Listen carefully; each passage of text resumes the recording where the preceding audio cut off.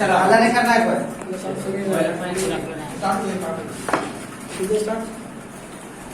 आइए complex compound या इसी का दूसरा नाम है कोऑर्डिनेशन कंपाउंड कर सकते हैं।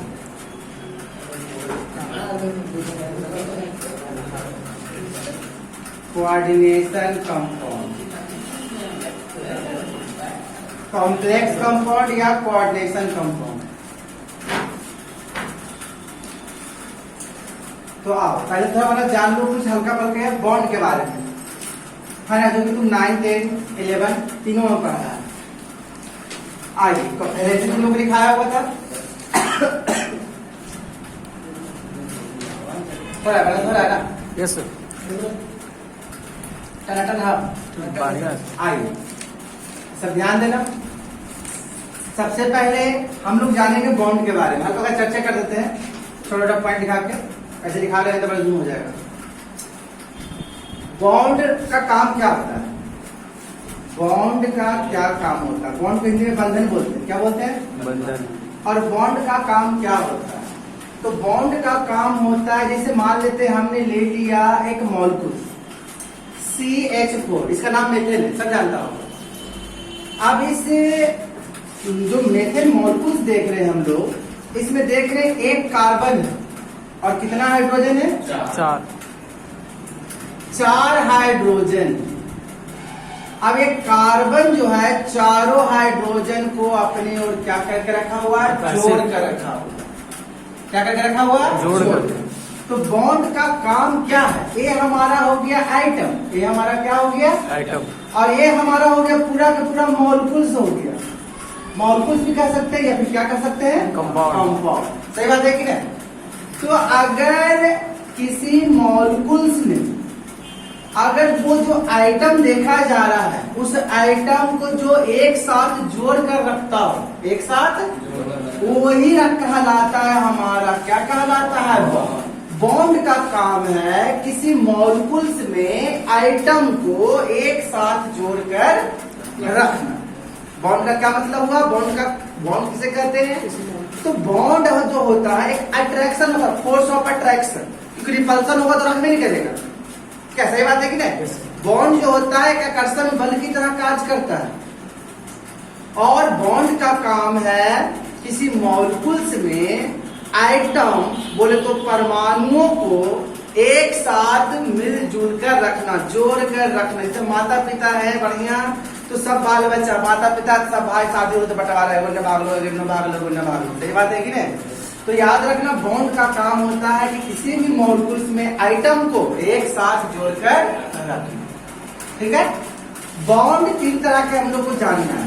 एक हो गया आयनिक बॉन्ड। क्या हो गया? Ionic bond. दूसरा हो गया कोवैलेंट बॉन्ड। कौन सा बॉन्ड?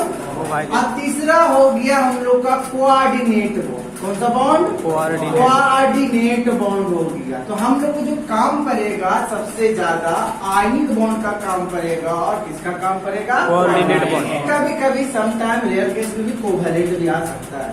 ठीक है? लेकिन अभी जो कॉम्प्लेक्स कंपाउंड में जो हम लोग को आएगा वो कौन सा आएगा? आयनिक और कोवैलेंट बॉन्ड। ठीक है? लेकिन हम हमारा चर्चा तीनों पर कर देते हैं। ठीक है?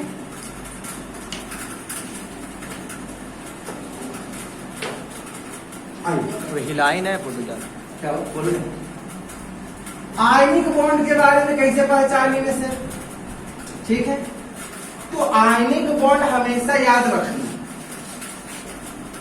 A bond which is formed between metal and non-metal। जो बंधन धातु और अधातु के बीच में देखा जाए, जो बंधन धातु और अधातु के बीच में देखा जाए उसको हम लोग क्या बोलेंगे? आयनिक। आयनिक बॉन्ड बनने का कारण है कि इसमें जो वैलेंस इलेक्ट्रॉन होता है वो क्या करता है? कंप्लीट ट्रांसफर कर देता है। क्या कर देता है? Complete transfer. किसको कंप्लीट ट्रांसफर कर देता है सर? तो कंप्लीट ट्रांसफर कर देता है वैलेंस शेल इलेक्ट्रॉन को, ध्यान देना, जहां पर होगा कंप्लीट ट्रांसफर मतलब पूरी तरह से स्थानांतरण। अब कंप्लीट ट्रांसफर क्या होता है एग्जाम्पल से बता देंगे। तो आइए, हमने बोला आयनिक बॉन्ड के बारे में। तो आयनिक बॉन्ड को पहचानना कैसे है? तो जहां देख लेना मेटल और जहां देख लेना नॉन मेटल, बोल देना वहां पर कौन सा बॉन्ड बनने वाला है, आयनिक बॉन्ड बनने वाला है। ठीक है, जैसे सम एग्जाम्पल के रूप में NaCl, क्या सोडियम हमारा धातु है? तो नहीं है, सोडियम क्या है, धातु है। तो बगल वाला हमारा क्या हो जाएगा, अधातु।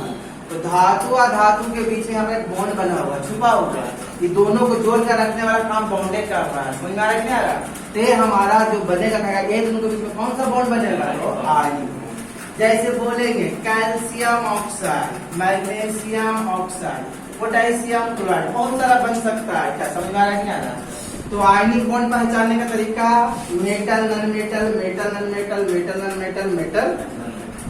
इसमें जो सबसे बड़ा काम होता है वो वैलेंस शेल इलेक्ट्रॉन का क्या होता है, कंप्लीट ट्रांसफर, पूरी तरह से स्थानांतरण कर देना। इलेक्ट्रॉन का स्थानांतरण समझता है तुम लोग, मतलब जिसको तुम दे दिया तो तुम उससे फिर ले नहीं सकता। समझ में आ रहा है? चलिए अब तारीफ एग्जाम्पल देते, एग्जाम्पल देती है तोड़ के।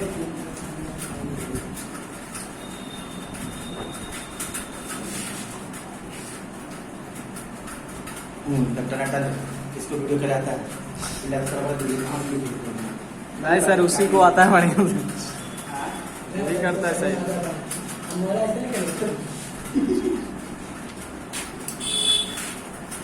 चल के ना बताइए ना, भाग के ले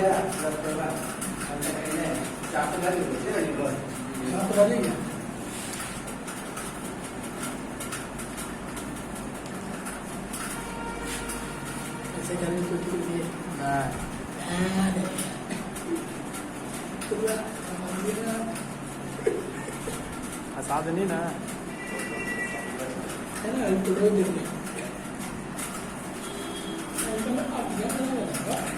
चुंकड़ा गई विकास कंप्लीट।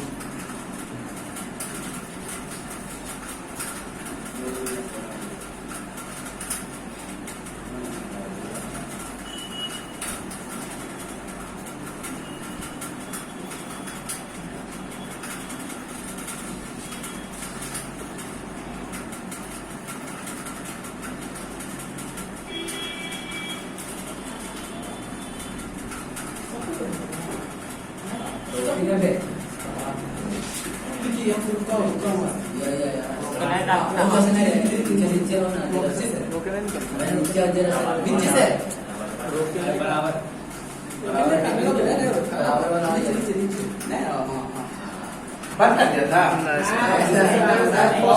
था, पॉज होता है इसमें है सिस्टम। यस, मतलब रेगुलर भी चलेगा, पता क्या सब करेगा देख।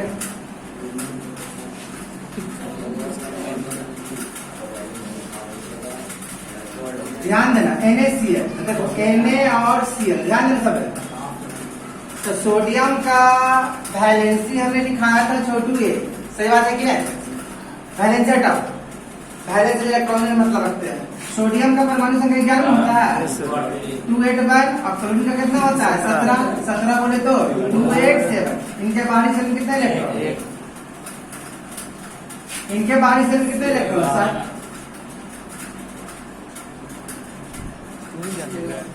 सही है, 2 2 4 2 6 7। अब ध्यान दो, सबसे इंपॉर्टेंट बात, कोई भी तत्व अगर कंपाउंड में भाग लेता हो या अणु बनाने में भाग लेता हो तो एक ही शर्त पर रह सकता है, जब तक कि उनके बाहरी सेल में 8 इलेक्ट्रॉन नहीं हो जाता हो। देखिए ना इनके बाहरी सेल में 8 इलेक्ट्रॉन है, ना इनके बाहरी सेल में 8 इलेक्ट्रॉन है। तो दोनों चाहेगा हम मिलकर बनाते हैं कोई कंपाउंड, कोई अणु, कोई मॉलिक्यूल, तो दोनों के पास 8-8 इलेक्ट्रॉन होना चाहिए। तो ऐसा दोनों क्या काम करे कि दोनों को बाहरी सेल में कितना इलेक्ट्रॉन हो जाए, 8। तो ये बंदा क्या करेगा, सोडियम भाई साहब ऐसे भी दानी आदमी है, मेटल धातु, धातु दानी आदमी होता है। समझ आ रहा है क्या बोलना चाह रहे हैं? हमें देने वाला काम करता है।